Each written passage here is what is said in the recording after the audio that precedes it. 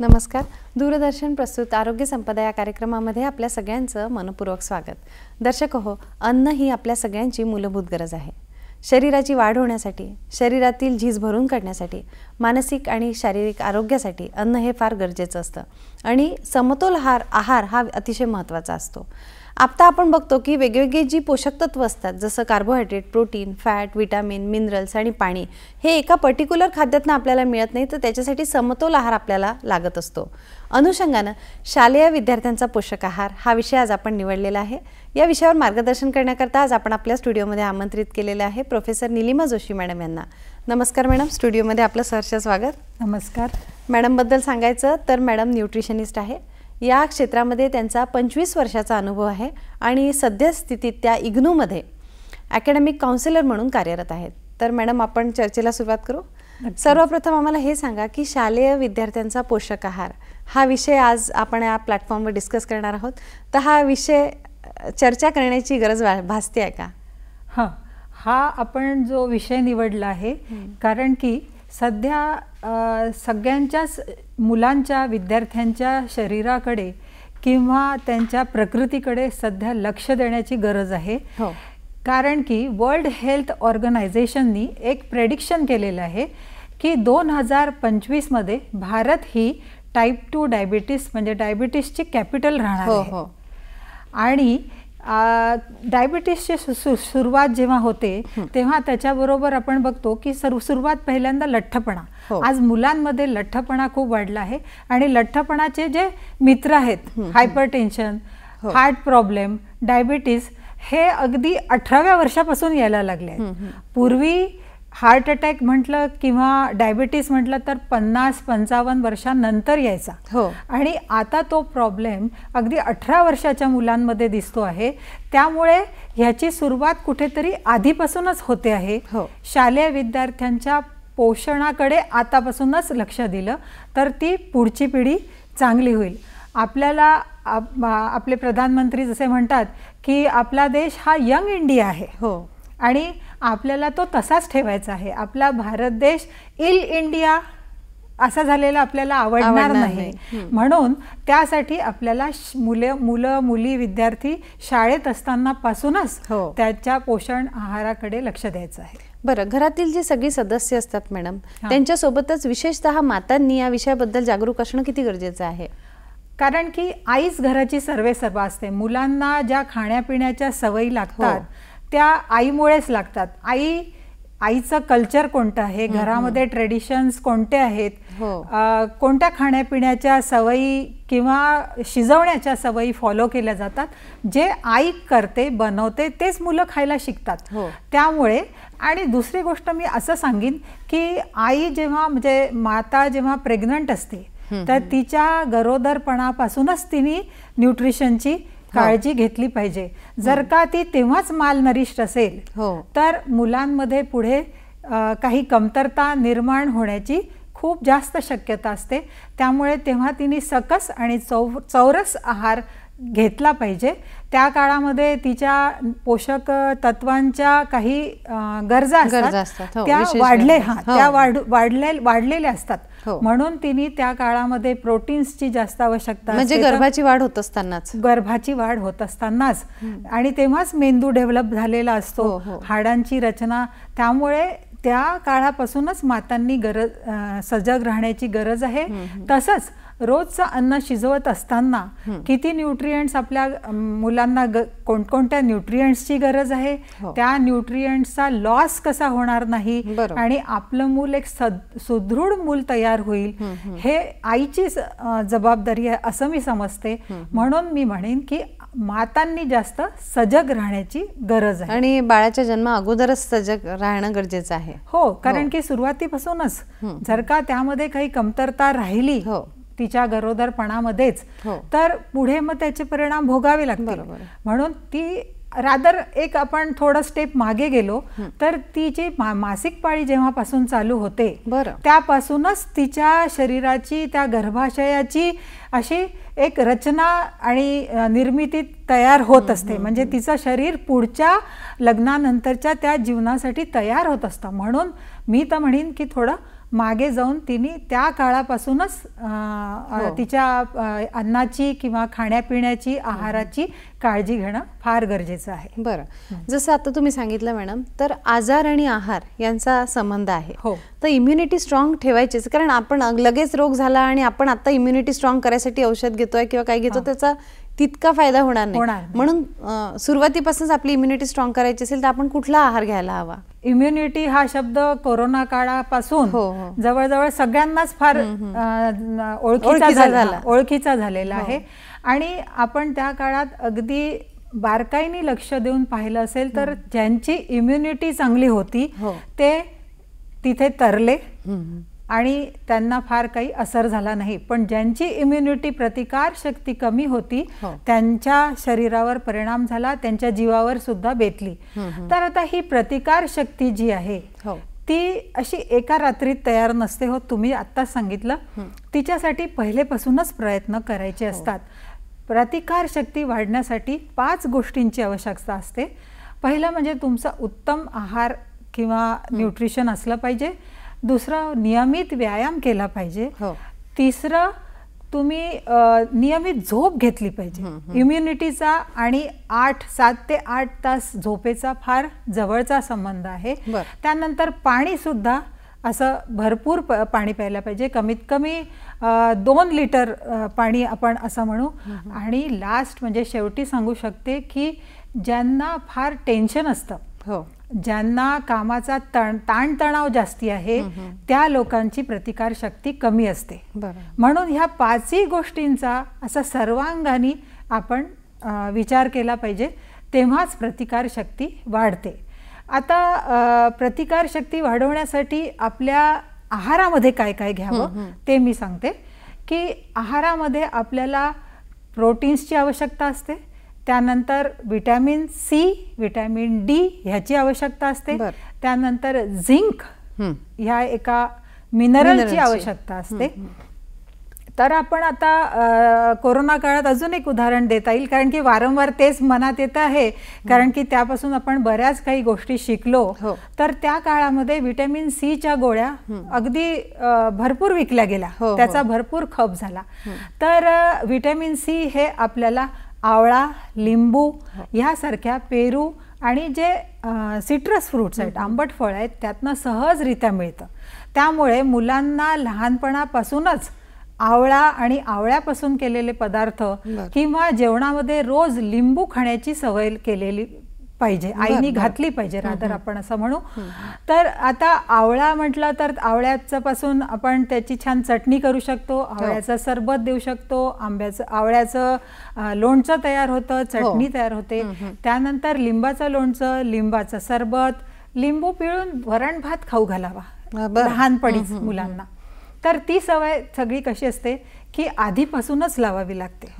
आपण जे म्हणतो की वूम्ब टू टूम्ब, ती नंतर लागत नसते.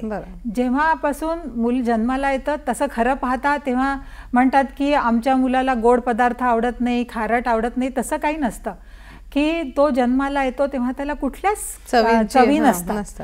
पण जसा घरामध्ये तो म्हणजे जसा त्याची वाढ होते आणि घरामध्ये खाण्याच्या सवयी असतात तशा त्याला सवयी पडतात. म्हणून सुरुवातीपासूनच त्याला ह्या सगळ्या गोष्टी द्यायला पाहिजे. तर आपण एक विचार केला आता की विटॅमिन सी, आता विटॅमिन डी सुद्धा तेवढंच प्रतिकारशक्ती वाढवण्यासाठी आवश्यक आहे. विटॅमिन डी सगळ्यात स्वस्त सूर्यप्रकाशात आपण राहतो. आपल्यासारख्या भारत देशामध्ये तर विटॅमिन डी ची काही कमतरताच नको म्हणजे नाही आहे. पण आजकाल विनाकारण चेहऱ्याला रुमाल बांधून सनस्क्रीन लावून लोक फिरत असतात, त्यामुळे भरपूर सूर्यप्रकाश मिळत नाही आणि ते त्वचेखाली जे विटॅमिन डी तयार होणार आहे ते मिळत नाही आणि पुन्हा रोगप्रतिकार शक्ती कमी होते. हे झालं विटॅमिन बद्दल. त्यानंतर झिंक म्हणजे अनेक डाळी वगैरे खा, स्प्राउट्स खा, त्यामधनं आरामात झिंक मिळतं, वेगळं काही घ्यायची गरज नाही. आणि अजून आपण प्रथिनांबद्दल बोललो तर प्रथिनं ही फार फार जीवनाची आवश्यकता आहे.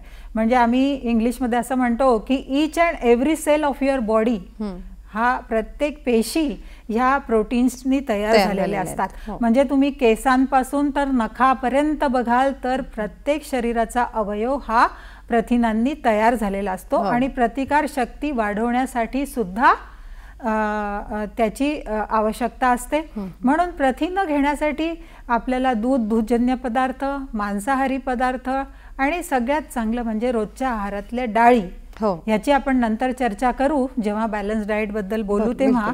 तर ह्या सगळ्या प्रोटीन्स वाढवण्यासाठी असतात. आणि प्रोटीन्स वाढवायचे आणखी कुठले नवीन नवीन तरीके आहेत किंवा नुकसे आहेत ते सुद्धा मी तुम्हाला अनुषंगाने पुढे सांगेन. पण ह्या सगळ्या गोष्टी आता सांगायच्या की प्रथिनं आणि त्यानंतर झिंक झालं, व्हिटॅमिन सी झालं, व्हिटॅमिन डी झालं, हे आपली रोगप्रतिकार शक्ती वाढवण्यासाठी मदत करतात. मैदानी खेळ खेळले पाहिजे, व्यायाम केला पाहिजे, तरच प्रतिकार शक्ती वाढते.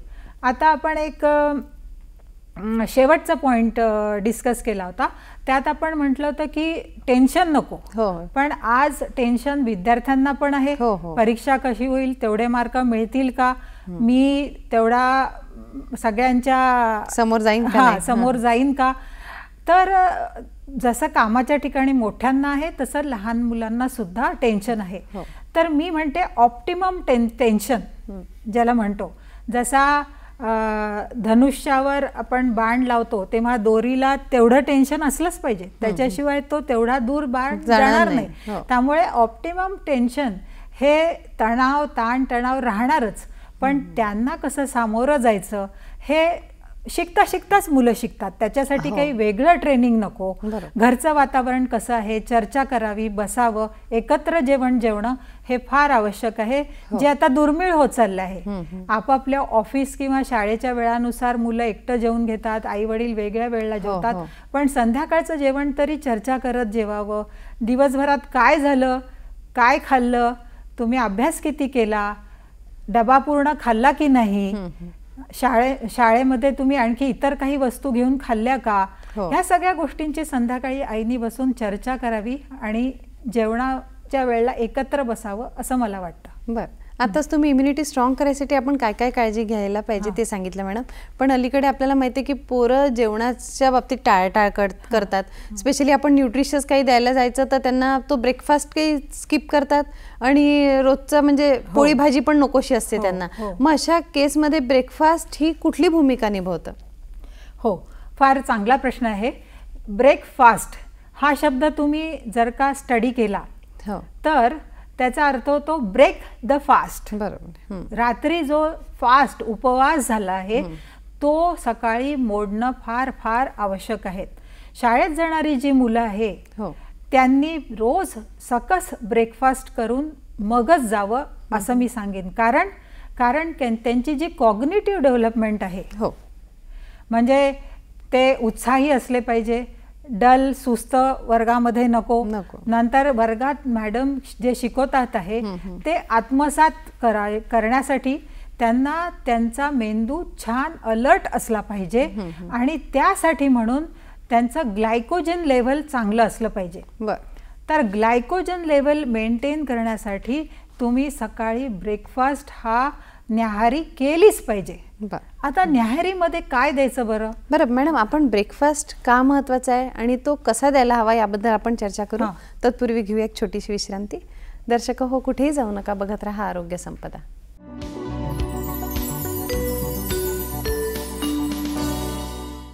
दर्शक हो, आपलं पुनश्च स्वागत. आज आपण चर्चा करतो आहे शालेय विद्यार्थ्यांचा पोषक आहार या विषयावर आणि आपल्यासोबत आहेत professor Nilima Joshi madam. Madam, आपण चर्चा करत होतो की ब्रेकफास्ट का गरजेचं आहे आणि मला अजून एक विचार असं वाटतं सोबतीला की ब्रेकफास्टमध्ये आपण काय द्यायला हवं. तर ब्रेकफास्ट फार गरजेचं आहे कारण ग्लायकोजन लेवल आपल्याला मेंटेन करायचं आहे. त्यासाठी प्रोटीन प्लस कार्बोहायड्रेट्स, प्रथिनं आणि कर्बोदकं ही दोन्ही सुद्धा तुमच्या नाश्त्यामध्ये आली पाहिजे. आता नाश्ता करताना घरोघरी आपण पाहिलेलं आहे की ब्रेड हे पहिलं प्रेफरन्स असतं. तर मी इथे आता सांगीनच, पुढे आणखी एक्सप्लेन करीन की मैदा आणि मैद्यापासून केलेले पदार्थ खाऊ नये. तर त्या जागी घरी केलेलं आपला जो नाश्ता आहे, पारंपरिक नाश्ता आहे, तो फार चांगला. पूर्वी आपल्या घरी थालीपीठं करायची, त्यानंतर आपण ज्याला चिला म्हणतो, मुगाचा चिला किंवा डाळ आणि कणिक घालून केलेला पिठाचा चिला, हे फार छान असतं, ते आपण देऊ शकतो. आणि प्रोटीन्स वाढवायचे असतील तर आपल्याला कॉम्बिनेशन फूड पाहिजे, ज्याला आमच्या भाषेमध्ये थोडं म्युच्युअल सप्लिमेंटेशन म्हणतात, म्हणजे ज्यामध्ये मिश्र असे धान्य करून, जसं मिसी रोटी, जसं आपण प्रथिनं विचार करतो मॅडम, तर सगळ्या प्रोटीन्स मध्ये त्याचा अमायनो ऍसिडचा जो सिक्वेन्स असतो तो बदल असतो, त्याच्यामुळे प्रोटीन सगळे सारखे नसतातच. बरोबर आहे. अमायनो ऍसिड्स वाढवण्यासाठी म्हणजे प्रोटीन्सची क्वालिटी चांगली करण्यासाठी 2 पदार्थ 3 पदार्थ एकत्र करून, म्हणजे प्रोटीनचं कॉम्बिनेशन वेगवेगळ्या असं म्हणताय ना, असं म्हणता येईल, पदार्थांचं कॉम्बिनेशन. आपण सिरियल पल्स कॉम्बिनेशन असं म्हणजे इकडे धान्य आणि त्याच्याबरोबर डाळी किंवा ह्याची पिठं. तर जसं कणिक जेव्हा भिजवतो तर त्यामध्ये डाळीचं पीठ घालणे, तर डाळीचं म्हणजे आपण चण्याच्या डाळीचं किंवा मुगाच्या डाळीचं पीठ घालून करणे, किंवा रागी नाचणीचं पीठ घालून आणखी काही पदार्थ तयार करणे. त्यानंतर आपल्या घरी पूर्वी आंबील खायचे, तर ती आंबील आपण विसरलो आहे. त्यामध्ये भाज्या घालून, चणे किंवा शेंगदाणे हे घालून आपण त्याचं प्रोटीन्स वाढवू शकतो. प्रत्येक मुलाला आईनी माझ्या मते भिजवलेले चणे जे इम्युनो मॉड्युलेटर आहेत, तर चण्यांचा समावेश जरूर करावा. ते भिजवून त्याची उसळ करून द्यावी किंवा त्याला चाट सारखं कांदा टमाटर लिंबू हे घालून ते खाऊ घालावं. किंवा शेंगदाण्याची चिक्की, शेंगदाण्याचे लाडू हे असे घरी करून ठेवावे. किंवा त्यानंतर गोपालकाला, आज आपण तो विसरला, फक्त नैवेद्यासाठी किंवा कधी कधीच खातो, पण गोपालकाला हे म्हटलं तर पोहे आणि चण्याची डाळ, त्याबरोबर अनेक भाज्या, काकडी आणि कोथिंबीर ह्यासारख्या भाज्या, फळं तर अनेक आहेत, पेरू, डाळिंब, केळं आणि दही. प्रोबायोटिक यावर आपण जरूर चर्चा करू. तर प्रोबायोटिक सुद्धा त्यामध्ये टाकलेलं आहे. तर बघा, कृष्ण भगवानला आवडणारं हे इतकं सुंदर आपण एक मुलांना नाश्त्यात देऊ शकतो. दडपे पोहे, त्यानंतर मुठे किंवा मुटकुळे ज्याला म्हणतो, त्यामध्ये सुद्धा भाज्या आणि पिठं आहेत. असं आपण वेगवेगळं काही बनवून मुलांना देऊ शकतो. त्यानंतर मुलं पराठा खातात, तर तो आपण जो काय म्हणू आपण त्याला स्टफ पराठा म्हणतो, तर तो नेहमी बटाट्याचाच केला पाहिजे असं नाही, तो भाज्या भरून केलेला पाहिजे. अशा वेळेला भाज्यांचं प्रमाण भरपूर असलं पाहिजे. आणि तो पराठा खात असताना त्याबरोबर दही दिलं तर प्रोटीन्स वाढतील. आणि भारतामध्ये असं लक्षात आलेलं आहे की प्रोटीन्सचं प्रमाण फार कमी आहे. 1 ग्रॅम, आता नवीन रूल्सनुसार 0.8 gram proteins per KG body weight, ideal body वेटच्या लक्षात घेऊन तेवढं दिलं पाहिजे. म्हणजे जर का साधारण एक रफली म्हणू की 50 किलोचा मुलगा असेल तर त्याला जवळजवळ 48 ते 50 ग्रॅम प्रोटीन्स रोज खायला पाहिजे. आणि ती प्रोटीन्सची रिक्वायरमेंट पूर्ण होत नसल्यामुळे सुद्धा कुठेतरी लठ्ठपणा वाढतोय. कुपोषण तर आहेच, पण लठ्ठपणा सुद्धा त्याच्यामुळेच येतो आहे, कारण प्रोटीन्सचं प्रमाण कमी झालंय. म्हणून एक साधारण गणित असं आहे की प्रत्येक जेवणामध्ये प्रोटीन्स किंवा प्रथिनं घ्या. तर प्रथिनं वाढवण्यासाठी शेंगदाणे, चणे, फुटाणे, सोयाबीन्स, दूधजन्य पदार्थ, चीज, पनीर, त्यानंतर जे अंडे खातात, मांस खातात त्यांनी चिकन, मटन, आणि अंड्याचे तर अनेक पदार्थ आहेत. मुलांना आवडणारा बॉइल्ड एग, त्यानंतर ऑमलेट, हे सगळं देऊन आपण त्यांचा. आणि पारंपरिक पद्धतीनं आपल्याकडे जे जेवणाचे म्हणजे उकडपेंडी केली जायची, किंवा आता पोहे करता, तर नुसते पोहे न करता त्यात शेंगदाणे घाला, त्याच्यामध्ये थोडे काजू बदाम घाला.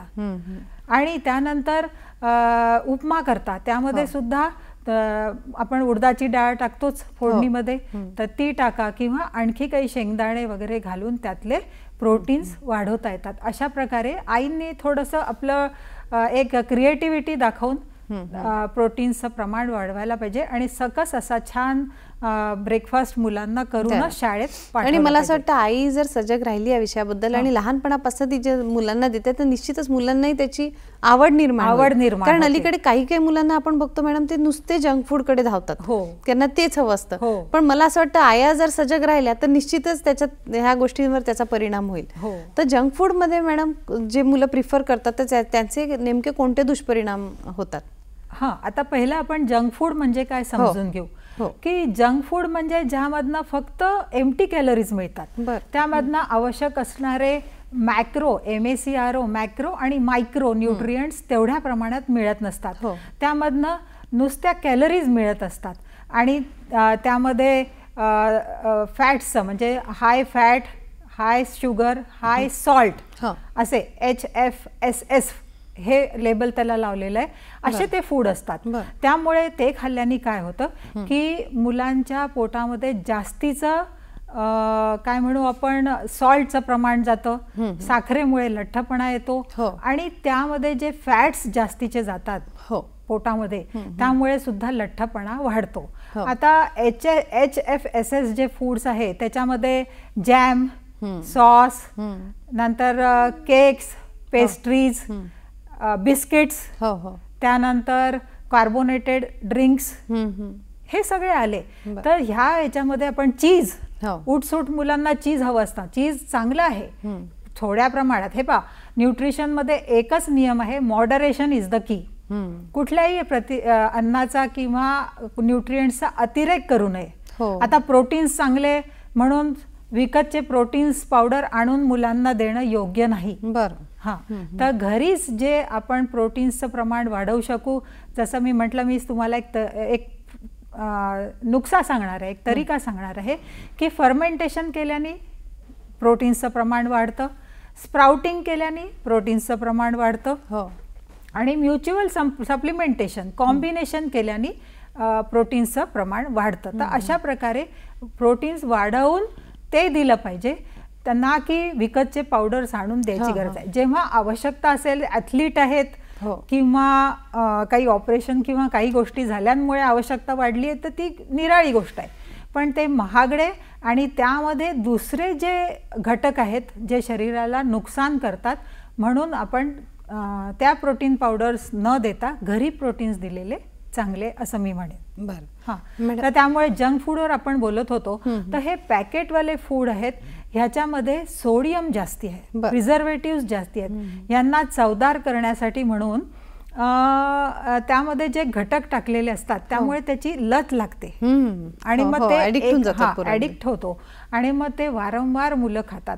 म्हणून मी म्हणेन की पॅकेट फूड, आम्ही एक म्हण तयार केलेली आहे की जब जब पॅकेट खुलेगा तब तब पेट फुलेगा. त्यामुळे लठ्ठपणा वाढणार आहे आणि म्हणून आपण पॅकेट कसे का खाऊ नये आणि ते त्याच्यावरचे लेबल्स कसे वाचावे. बरं मॅडम, आपण जंक फूड बद्दल पुन्हा चर्चा करू, तत्पूर्वी घेऊ एक छोटीशी विश्रांती. दर्शक हो, कुठेही जाऊ नका, बघत रहा आरोग्य संपदा.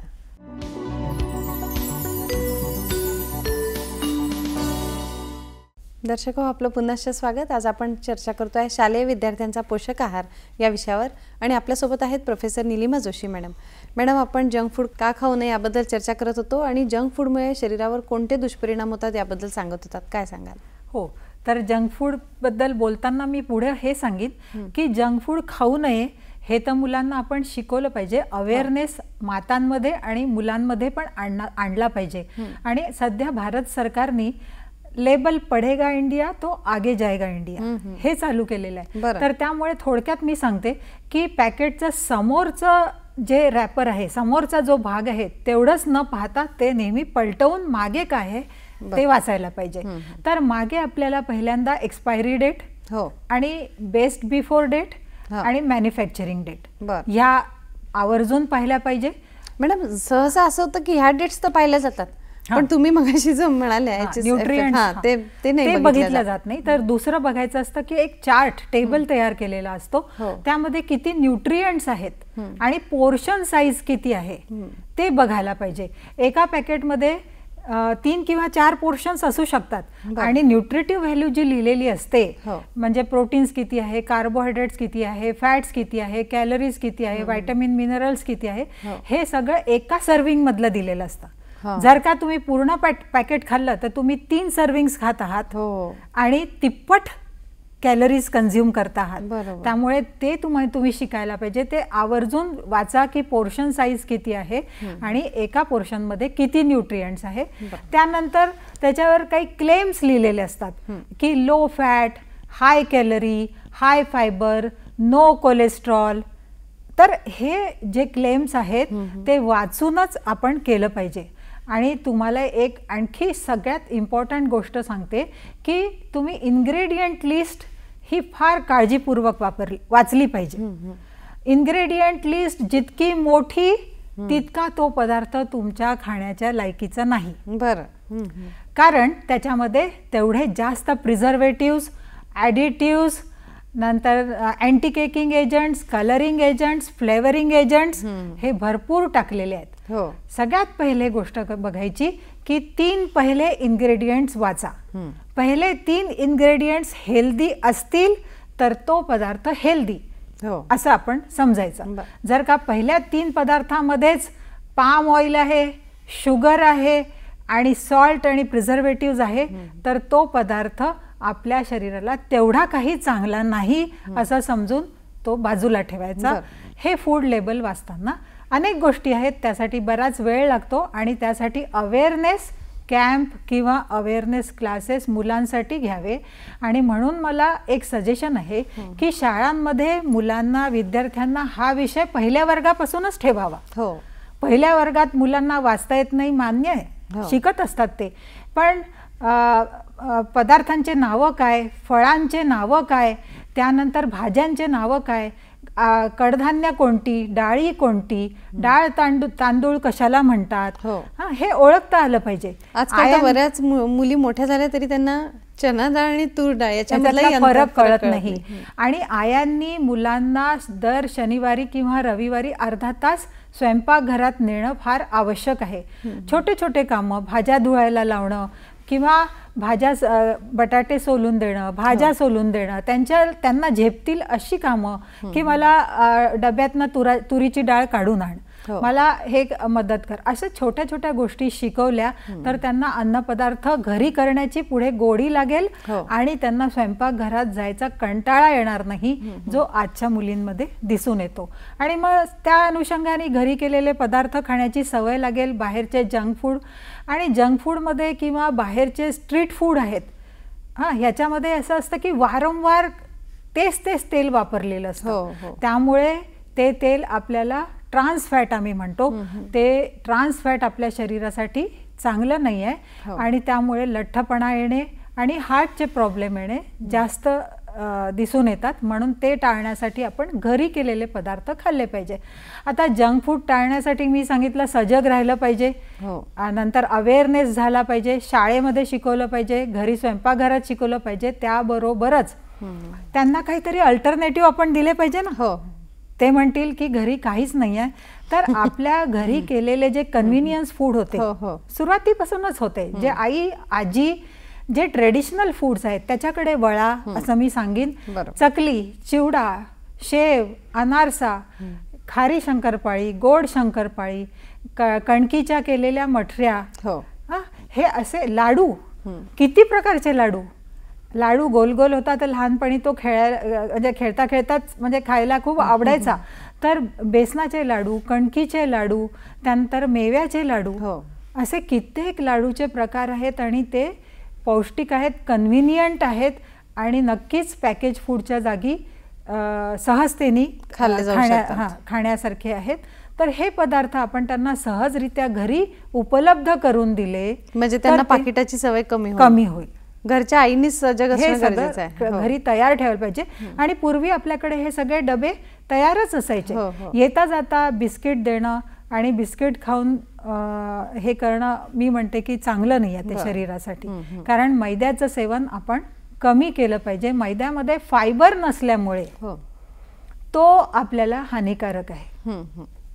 तुम्ही अजून एक गोष्ट लक्षात घेतली असेल की शालेय मुलांमध्ये कॉन्स्टिपेशनचा, बद्धकोष्ठतेचा फार त्रास आहे. मुलं म्हणतात की म्हणजे पोट दुखतं किंवा रोज जात नाहीत. आईची कंप्लेंट असते की वॉशरूमला रोज जात नाहीत, सकाळी टॉयलेटला जात नाही. तर ह्याचं एक कारण आहे की ते फक्त आणि फक्त सिंपल शुगर्सचं सेवन करतात.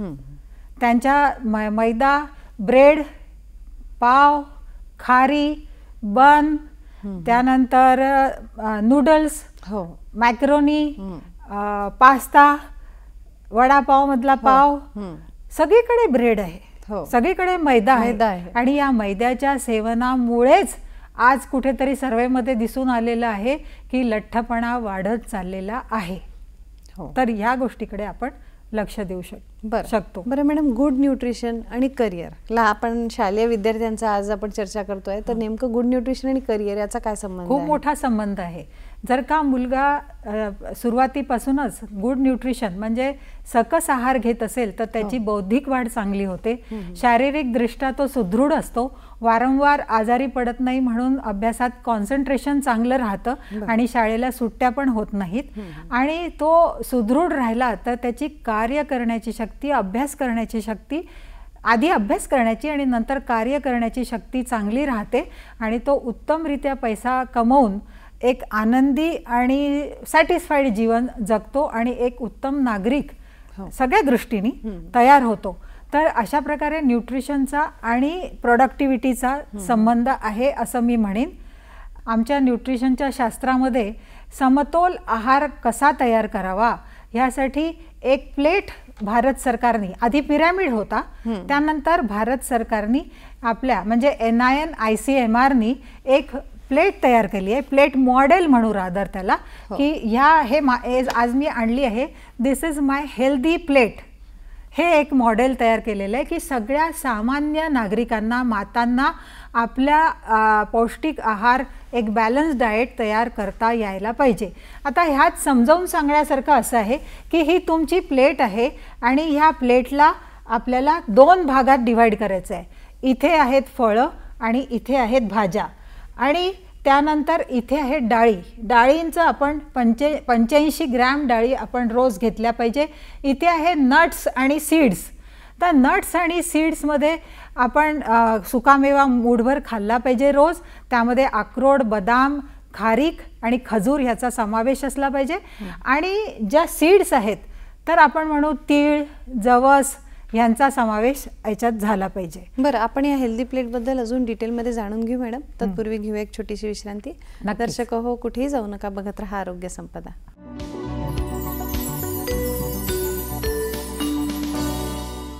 दर्शक हो, आपलं पुनश्च स्वागत. आज आपण चर्चा करतो आहे शालेय विद्यार्थ्यांचा पोषक आहार या विषयावर. मॅडम, तुम्ही संतुलित आहार कसा असला पाहिजे याबद्दल सांगत होतात, काय सांगाल? संतुलित आहार तयार करताना काही गाईडलाईन्स असल्या पाहिजे. तर त्यासाठी म्हणून ICMR NIN ही माय हेल्दी प्लेट तयार केलेली आहे. ही प्लेट पाहून आपण आपलं बॅलन्स डाएट तयार करू शकतो. ह्यामध्ये ही प्लेट 2 भागात अशी डिवाइड केलेली आहे. तर ह्यातला हा जो जास्तीचा भाग आहे तो भाज्यांचा आहे. 400 ग्रॅम भाज्यांचं सेवन रोज केलं पाहिजे. जवळजवळ 100 ग्रॅम फळांचं सेवन रोज केलं पाहिजे. त्यानंतर इथे हा मोठा भाग दिसतो आहे, हा डाळींचा आहे. अंडी आणि फ्लेश हे पण त्यामध्ये आहे. जवळजवळ 85 ग्रॅम डाळींचं सेवन रोज झालं पाहिजे. त्यानंतर हा भाग जो आहे तर इथे नट्स आणि सीड्स आहेत. या नट्स आणि सीड्समध्ये ह्यांचं सेवन 35 ग्रॅम झालं पाहिजे. आणि नंतरचा हा छोटासा भाग दिसतो, हा तेलांचा आहे. ऑइल किंवा फॅट्स ह्याचं सेवन 27 ग्रॅम झालं पाहिजे रोज. आणि हा पुन्हा जो मोठा भाग दिसतो आहे तो आहे सिरियल्स आणि न्यूट्री सिरियल्सचा, म्हणजे ह्यामध्ये मिलेट्स पण आले. तर ह्यांचं सेवन जवळजवळ 250 ग्रॅम रोज झालं पाहिजे.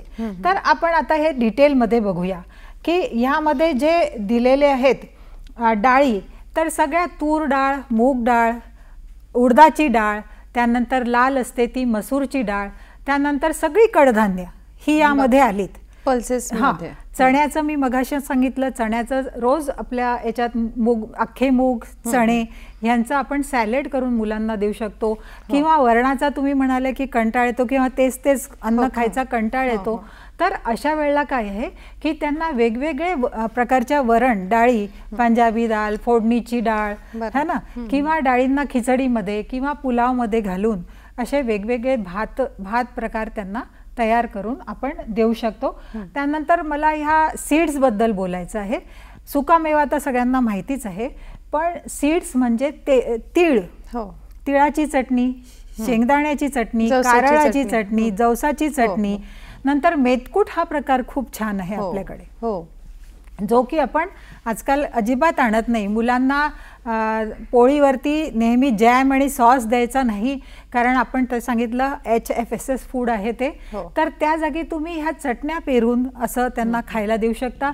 नेहमी मेयोनीज सारखे असे जे पदार्थ आहेत तेच घालून द्यायला नको. तर ह्या जे आपल्या तेलबिया आहेत ह्यांचं पावडर करून आपण सॅलेड्सवर शिंपडू शकतो आणि खाऊ शकतो.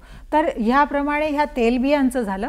तेलाचं प्रमाण कमी केलेलं आहे, कारण की तेलामुळेच लठ्ठपणा, सॅच्युरेटेड फॅट्स जास्त खाल्ल्यास लठ्ठपणा येतो आणि लठ्ठपणाशी जे रिलेटेड डिझिजेस आहेत ते आपल्याला येतात. त्यानंतर सिरियल्स आणि ह्याच्यामध्ये मिलेट्समध्ये कोदो, कुटकी, सावा, ज्वारी, बाजरी, गहू, तांदूळ हे सगळंच आलं. त्यामुळे हा असा सगळा गहू बंद करायची गरज नाही किंवा फक्त ज्वारी खायची गरज नाही. तर आठवड्यामध्ये ह्याचं असं प्लॅनिंग करून व्यवस्थित आपल्या शरीरात त्याचा जेवणामध्ये ह्याचा समावेश करून किंवा आपण मिक्स ग्रेन चपाती बनवू शकतो. म्हणजे असं कॉम्बिनेशन करून त्याचे पराठे, थालीपीठ किंवा वेगवेगळ्या प्रकारच्या स्टफ रोटीज, नंतर काय आजकाल जे रोल्स तयार झालेले आहेत की तुम्ही कुठल्याही भाजीचं स्टफिंग किंवा पनीरचं स्टफिंग करून रोल करून द्या. मुलांना एक वेगळा आकार द्याल किंवा वेगळं काही द्याल तर ते जरूर खातात. आणि त्यानंतर आपण फळांबद्दल आज बोलू शकतो इथे. तर मुलांनी रोज 2 फळं रोज खाल्ली पाहिजे. एक आंबट फळ आणि एक गोड फळ. 2 फळं रोज खाल्ल्यास त्यांना कॉन्स्टिपेशनचा त्रास कधीच होणार नाही. आणि त्यानंतर फळं खाताना हे लक्षात असलं पाहिजे की आपल्या लोकली अवेलेबल फळं खाल्ली पाहिजे आणि सीझनल मौसमी फळं त्यांनी खाल्ली पाहिजे. त्यामध्ये स्वाद खूप असतो, रस असतो भरपूर आणि चवदार पण असतात आणि प्रिझर्वेटिव्ह टाकलेले नसतात. पेरू, आंबा, केळं है ना, तसंच जांभळं पण आहेत. बोरं खाणं आपण बंद केलेलं आहे. करवंद आहे, बोरं आहे, आवळे, चिंच, आपल्या लहानपणी एरोण्या मिळायच्या. हे असे अनेक फळं आहेत की जे आज लोप पावले आहेत, कारण लोक खात नाहीत म्हणून ते बाजारात अवेलेबल नाही. तर कधी कधी ॲपल पण खाऊ शकता. तर इम्पोर्टेड फळं खाण्यापेक्षा आपल्या लोकली अवेलेबल जे आहेत ते फळं खाल्ले तर चांगले. फळं खाताना जर का त्यांना कंटाळ येत असेल तर दह्यामध्ये घालून, कस्टर्डमध्ये घालून, पुडिंगमध्ये घालून किंवा त्याचं एक छान फ्रूट सॅलेड तयार करून मुलांना दिलं तर ते जरूर खातील. त्यानंतर आपल्याकडे मॅडम आपण वेगवेगळ्या फ्रूट्सचं कॉम्बिनेशन ॲट अ टाइम देऊ शकतो का, जसं आपण आता खातोय? आमच्या आहारामध्ये आमच्या शास्त्रामध्ये राहतं काय त्याच्याबद्दल असे काही कडक नियम नाही आहे. साधारणतः जे आपण कॉम्बिनेशन्स खातो ते चालतात. म्हणजे जसं दही आणि पेरूची कोशिंबीर, दही आणि केळाची कोशिंबीर हे चालतं. हे पण मुलांना आपण देऊ शकतो. नाही म्हणजे मला म्हणायचं आहे की ॲट अ टाइम एका वेळेस जसं आपण कलिंगडी खातोय म्हणजे छोट्या छोट्या फ्रूट डिश ज्याला म्हणू आपण, वेगवेगळ्या फळांचं कॉम्बिनेशन, तर हे खाणं बरोबर आहे का? आहे, काहीच त्रास होत नाही. फ्रूट चाट म्हणतात त्याला. ती फ्रूट चाट सुद्धा खाऊ शकता. त्यांनी नुकसान असं काही नाही आहे. आपापल्या शरीरानुसार जर का तुम्हाला कुठल्या फळांचा काही त्रास असेल तर ती गोष्ट वेगळी आहे. पण फ्रूट चाट, फ्रूट सॅलेड ह्यामध्ये वेगवेगळी फळं घालून ते करू शकतात. तर मला इथे एक प्रश्न म्हणजे जो सगळ्यांच्या मनात मला नेहमी असतो आणि विचारला जातो तो आहे फूड माइल्स म्हणजे काय. तर जितका पदार्थ दुरून चालत येईल, ते फळ असो किंवा अन्न पदार्थ असो, तितकं ते सकस नाही. तितके त्यातले न्यूट्रिएंट्स कमी झाले आहेत. जितक्या दुरून फळं येतील, दुसऱ्या देशातनं येतील, तितकं त्यामधलं जे व्हायटामिन्स आहे, मिनरल्स आहे, ह्यातलं प्रमाण कमी झालेलं राहील. आणि उलट ती फळं अधिक महाग असतात. पण जे पिअर प्रेशर आहे किंवा फॅशन आहे म्हणून, आणि आज बाजारात दिसतात म्हणून लोक ते घेतात, पण ती घेऊ नये.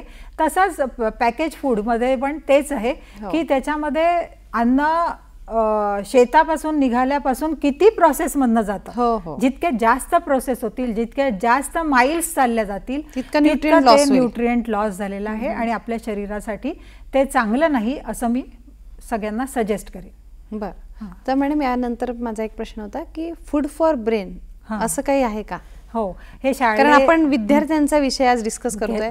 बरोबर आहे. तर सगळ्यांना वाटतं की आपल्या मुलाची बौद्धिक वाढ चांगली व्हावी आणि त्यासाठी काही ते ठराविक एक ड्रिंक कुठल्या ॲडव्हर्टाइजमेंटमध्ये सांगितलेलं आहे तेच प्यायल्याने बुद्धी तेज होईल आणि सगळ्यात पुढे जाईल माझा मुलगा, असं नाही आहे.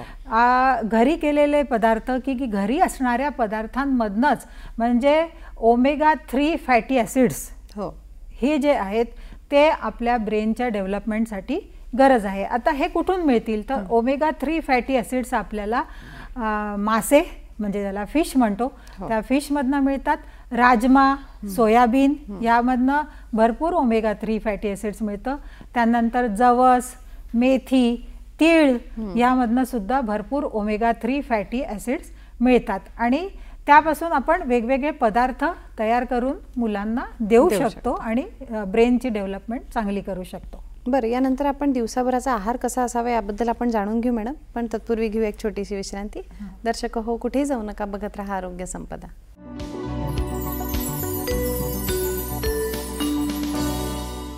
दर्शक हो, आपलं पुनश्च स्वागत. आज आपण चर्चा करतो आहे शालेय विद्यार्थ्यांचा पोषक आहार कसा असावा या विषयावर आणि आपल्यासोबत आहेत professor Nilima Joshi madam. Madam, आपण आतापर्यंत डिस्कस केलं की समतोल आहार कसा असायला पाहिजे, फूड फॉर ब्रेन काय असतं. आता पुढचा प्रश्न हा आहे मॅडम की नेमका दिवसाचा आहार मुलांचा कसा असला पाहिजे, कसा असावा. तर दिवसभरात कसा चॉकआउट करायचा एक मेनू, तर 2 जेवण म्हणजे सकाळचं जेवण आणि रात्रीचं जेवण, त्यानंतर ब्रेकफास्ट आणि स्नॅक्स, हे 2 प्लॅन करावे. त्यानंतर मुलांनी दिवसातनं 2दा फळं खाल्लेच पाहिजे, 2 फळं म्हणजे खाल्ले पाहिजे.